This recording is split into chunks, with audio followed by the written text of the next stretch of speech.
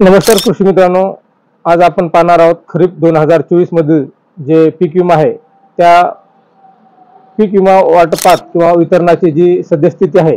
तर मराठवाड्यामधील कोकण तसेच पश्चिम महाराष्ट्र असेल, नाशिक विभाग असेल, विदर्भ असेल, ह्या सगळ्या विभागाची जी पीक विमा वितरणाची स्थिती त्या बाबतीत सविस्तर माहिती पाहणार आहोत। तसंच शेतकऱ्याची समस्या आणि मागणी काय काय आहे तर त्या संदर्भात सुद्धा आपण या व्हिडिओच्या माध्यमातून सविस्तर माहिती पाहणार आहोत। आणि शेवटी पीक विमा वितरणातील जे अडथळे ते दूर करण्यासाठी कोणकोणती उपाययोजना ह्या संदर्भात सुद्धा या व्हिडिओच्या माध्यमातून सविस्तर माहिती पाहणार आहोत। तर व्हिडिओ नक्की शेवटपर्यंत पहा आणि एसटीआर ॲग्रिकोच यूट्यूब चॅनलवर जर नवीन असाल तर चॅनलला सबस्क्राईब करून शेजारील बेल आयकॉनला प्रेस करून ऑलवर क्लिक करून घ्या। जरा वेळ वाया न घालता आपण व्हिडिओला सुरुवात करूया।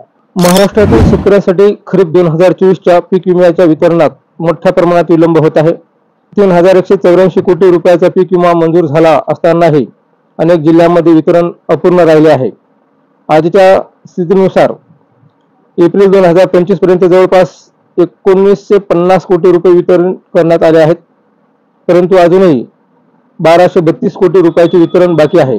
या विलंबनामुळे शेतकऱ्यांमध्ये असंतोष वाढत आहे। विदर्भातील पीक विमा वितरणाची स्थिती। विदर्भातील अनेक जिल्ह्यांमध्ये पीक विमा वितरणात मोठ्या प्रमाणात तफावत दिसून येत आहे। बुलढाणा जिल्ह्यात 316 कोटी रुपयाचा पीक विमा मंजूर झाला असतानाही केवळ 75.82 कोटी रुपये म्हणजेच 30% वितरित करण्यात आले आहेत। उर्वरित 240 कोटी रुपयाचे वितरण अद्याप बाकी आहे। या उलट अमरावती जिल्ह्यात 50.61 कोटी रुपयाचे वितरण योग्य प्रमाणात पूर्ण झाले आहे। अकोला जिल्ह्यातील शेतकऱ्यांना मंजूर झालेल्या 77 कोटी रुपयापैकी बहुतांश शेतकऱ्यांना कमी रक्कम मिळाली आहे।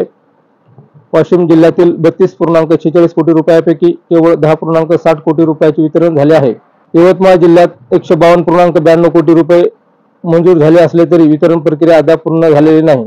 नागपूर जिल्ह्यातील 61 कोटी रुपयाचे वितरण पूर्ण झाले आहे, तर चंद्रपूर जिल्ह्यात मंजूर झालेल्या 21 कोटी रुपयाचे वितरण अपूर्ण आहे।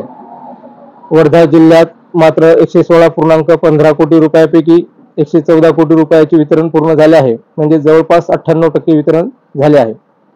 गडचिरोली जिल्ह्यात केवळ 3 कोटी रुपयाचे वितरण झाले आहे, तर भंडारा आणि गोंदिया जिल्ह्यातील शेतकऱ्यांना त्यांच्या वैयक्तिक क्लेमनुसार अत्यंत कमी रक्कम मिळाली आहे, ज्यामुळे त्यांच्यात नाराजी पसरली आहे। नाशिक विभागातील पीक विमा वितरणाची स्थिती। नाशिक विभागातील जिल्ह्यांमध्ये पीक विमा वितरणात विलंब होत आहे। नाशिक जिल्ह्यात 58 कोटी रुपयाचा पीक विमा मंजूर झाला असतानाही अद्याप एकही रुपया वितरित झालेला नाही। धुळे जिल्ह्यात 29 कोटी रुपयापैकी 22 कोटी रुपयाचे वितरण झाले आहे, तर नंदुरबार जिल्ह्यात 16 कोटी रुपयापैकी केवळ 5 कोटी रुपये वितरित झाले आहेत। जळगाव जिल्ह्यात 44 कोटी रुपयाचा पीक विमा मंजूर झाला आहे, परंतु कॅल्क्युलेशनची प्रक्रिया अद्याप सुरू असल्याने ही रक्कम वाढण्याची शक्यता आहे। मात्र वितरणाची प्रक्रिया हळूवारपणे सुरू आहे। पश्चिम महाराष्ट्रातील पीक विमा वितरण। पश्चिम महाराष्ट्रातील जिल्ह्यांमध्ये वितरणाचे प्रमाण तुलनेने कमी आहे। कोल्हापूर जिल्ह्यात केवळ 8.75 कोटी रुपये वितरित करण्यात आहे, ज्याचा लाभ 8,200 शेतकऱ्यांना मिळेल। सातारा जिल्ह्यात तर फक्त 50 लाख रुपयाचा पीक विमा मंजूर झाला आहे, जो अत्यंत कमी आहे।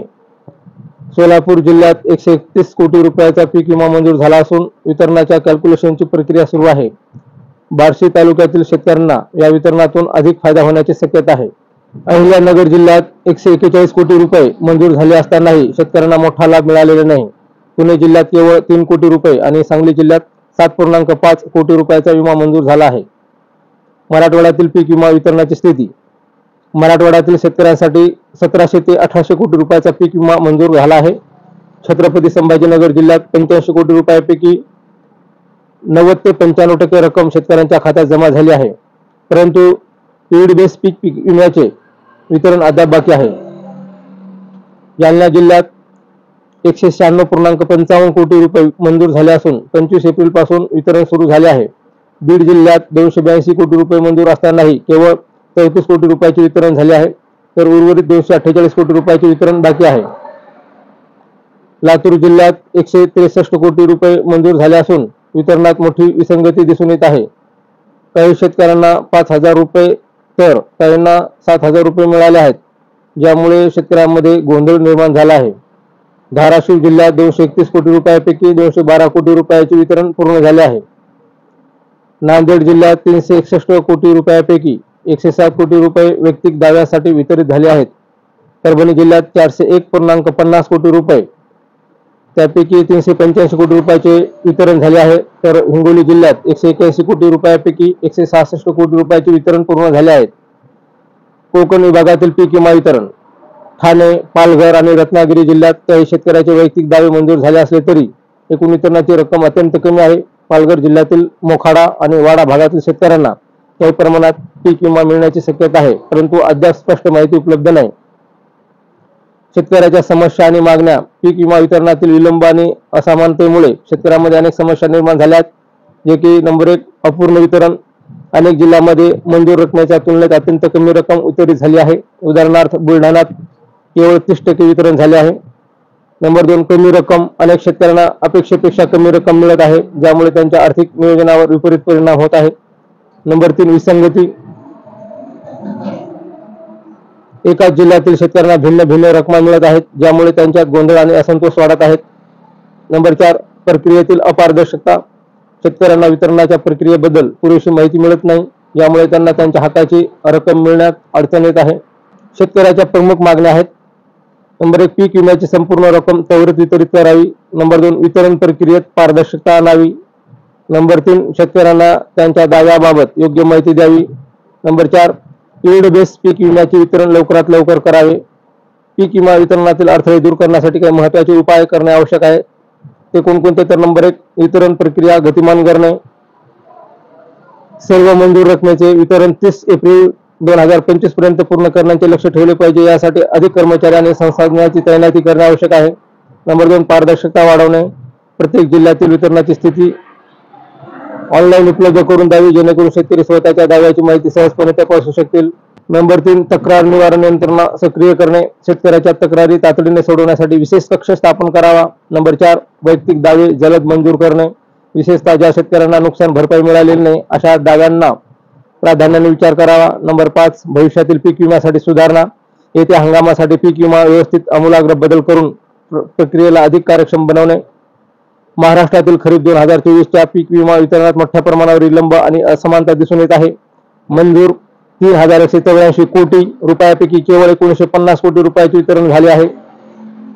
विदर्भ, मराठवाडा आणि पश्चिम महाराष्ट्रातील अनेक जिल्ह्यांमध्ये वितरण प्रक्रिया अपूर्ण आहे, ज्यामुळे शेतकऱ्यांमध्ये असंतोष वाढत आहे. वितरण प्रक्रियेतील अडथळे दूर करून सर्व शेतकऱ्यांना योग्य लाभ मिळेल यासाठी सरकार आणि पीक विमा कंपन्यांनी तातडीने कारवाई करणे आवश्यक आहे. सरकारने 30 एप्रिल 2025 पर्यंत 80 ते 90% शेतकऱ्यांना पीक विमा वितरित करण्याचे उद्दिष्ट ठेवले आहेत. शेतकऱ्याचे आर्थिक हित जपासण्यासाठी या कालमर्यादेत पीक विमा वितरणाची प्रक्रिया पूर्ण करणे अत्यंत महत्त्वाचे आहे. तर कृषी मित्रांनो, अशा पद्धतीने जे पीक विमा वितरणामध्ये अडथळे निर्माण झाले त्याच्यावर कशा पद्धतीने उपाययोजना करायचे, तसेच मराठवाडा, कोकण, नाशिक विभाग, विदर्भ, जळगाव, खानदेश या सगळ्या जिल्ह्याची आपण माहिती वितरणाची जी परिस्थिती आहे सगळ्या बाबतीत सविस्तर माहिती पाहिलेली आहे. तर माहिती कशी वाटली हे नक्की कमेंट बॉक्सला कमेंट करून कळवा आणि व्हिडिओ आवडला असेल तर लाईक आणि इतर शेतकरी बांधवांना शेअर करायला मात्र विसरू नका. व्हिडिओ शेवटपर्यंत पाहिल्याबद्दल धन्यवाद. जय हिंद, जय महाराष्ट्र, जय जवान, जय किसान. भेटूया पुढील व्हिडिओमध्ये.